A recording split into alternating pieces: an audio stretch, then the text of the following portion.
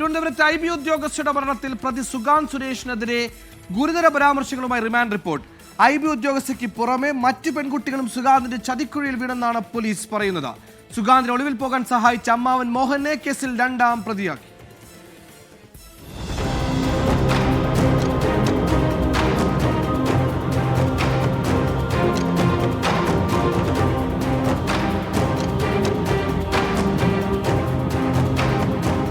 IB ഉദ്യോഗസ്ഥരുടെ ആത്മഹത്യയ്ക്ക് പിന്നാലെ പിടിയിലായ സുഗാന്ത് ചില്ലറക്കാരനല്ല എന്ന് തെളിയിക്കുന്നതാണ് പോലീസിന്റെ റിമാൻഡ് റിപ്പോർട്ട്.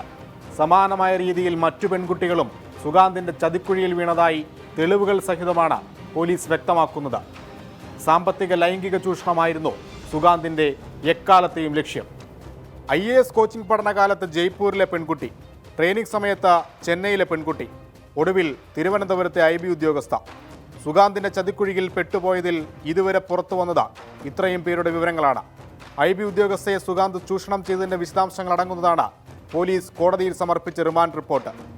വിവാഹ വാഗ്ദാനം നൽകി ലൈംഗികമായി ദുരുപയോഗം ചെയ്തു. സാമ്പത്തിക മാനസിക ചൂഷണം വേറെയും. ഒടുവിൽ സുഗാന്ത് വിവാഹത്തിൽ നിന്ന് പിന്മാറിയതോടെ മനം മടുത്താണ് യുവതി ജീവനൊടുക്കിയത്. ഇരുവരും തമ്മിൽ നടത്തിയ ടെലിഗ്രാം ചാറ്റുകളുടെ വിശദാംശങ്ങളും റിപ്പോർട്ടിലുണ്ട്. IB ഉദ്യോഗസ്ഥരുടെ 6 മാസത്തെ ശമ്പളം സുഗാന്തിന്റെ അക്കൗണ്ടിലേക്ക് കൈമാറ്റം ചെയ്തതിന്റെ തെളിവുകളും പോലീസ് കണ്ടെടുത്തു. സുഗാന്തിനെ ഒളിവിൽ കഴിയാൻ സഹായിച്ച അമ്മാവൻ മോഹനനെ കേസിലെ രണ്ടാം പ്രതിയാക്കി. യുവതിയുടെ മരണത്തിന് ശേഷം മോഹനന്റെ കൊച്ചിയിലെ ഫാം ഹൗസിലാണ് സുഗാന്ത് ഒളിവിൽ കഴിഞ്ഞത്. ഇവിടേക്കെത്താൻ വാഹന സൗകര്യം ഏർപ്പാടാക്കിയതും മോഹനൻ തന്നെ.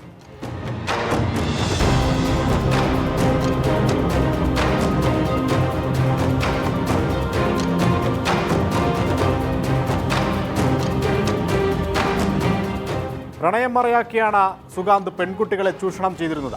ഒടുവിൽ പിടിക്കപ്പെടുമ്പോഴും മുഖത്ത് യാതൊരു ഭാവമാറ്റവുമില്ല മുൻ IB ഉദ്യോഗസ്ഥൻ കൂടിയായ സുഗാന്തിന്. 14 ദിവസം റിമാൻഡിൽ കഴിയുന്ന പ്രതിയെ വിശദമായ ചോദ്യം ചെയ്യലിന് കസ്റ്റഡിയിൽ വാങ്ങാൻ ഒരുങ്ങുകയാണ് പോലീസ്. തിരുവനന്തപുരത്ത് നശ്വിൻ പാലാഴി, 24.